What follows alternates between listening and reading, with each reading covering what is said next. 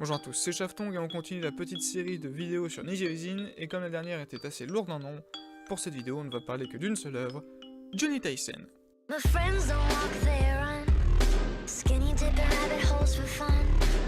Johnny Tyson ou Zodiac Wars nous raconte l'histoire de la guerre des 12 signes du zodiaque chinois, c'est-à-dire le singe, le bélier, le bœuf, le cheval, le serpent, le lapin, le rat, le dragon, le tigre, le coq, le chien et le sanglier, guerre qui permettra au dernier survivant de réaliser n'importe quel vœu, au singulier. C'est à la base un roman de Neji Oisin, sorti au Japon le 19 mai 2015, qui a été adapté en série animée en automne 2017, animé par Graphinica, et comptant 12 épisodes licenciés chez Crunchyroll en France. J'en profite pour exprimer ce que j'ai pensé de cet animé.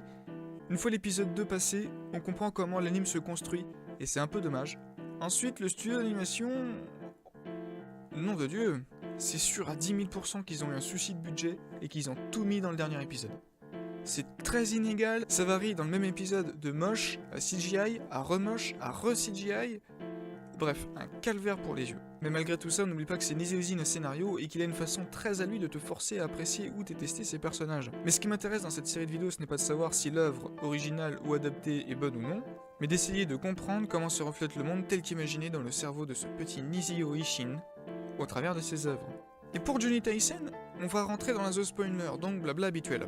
Souvenez-vous, dans la première vidéo sur le monde de Neji Oisin, j'ai dit qu'il appréciait faire des personnages qui se posent des questions sur la vie et l'intérêt de l'existence de l'humain. C'est bien évidemment le cas dans Johnny Tyson. J'ai dit que la série se termine en 12 épisodes. Ce que je n'ai pas précisé, c'est que la guerre se termine en 11 épisodes et que le dernier permet au gagnant de réfléchir à son vœu. Si vous réfléchissez un peu, vous pouvez arriver à une conclusion. Comment le gagnant met un épisode entier pour trouver son vœu?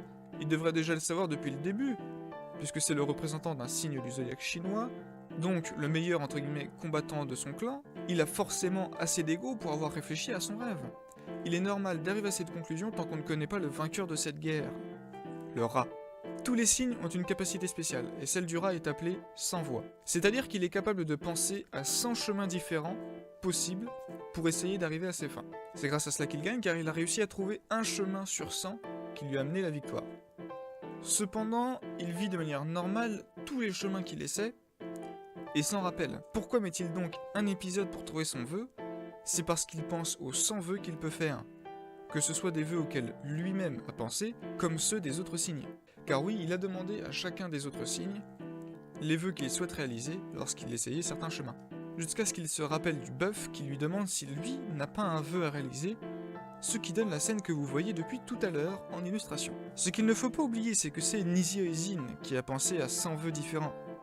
Et c'est en ça que je trouve cet homme génial. Il a dû penser aux vœux d'une personne avide, d'une personne jalouse, envieuse, amoureuse, seule, désespérée, en manque de confiance, qui veut être Miss France, bref, tout un panel de pensées venant de personnes plus différentes les unes que les autres. Si vous réfléchissez toujours, vous pouvez vous dire que si n'importe quel vœu peut être exaucé, alors il peut faire le vœu d'avoir 100 vœux, et exaucer tous les vœux auxquels il a réfléchi.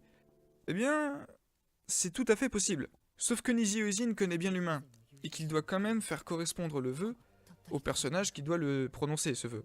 C'est donc après 20 minutes de réflexion que le guerrier du rat, Mizumi, celui qui tue en nombre, choisit de...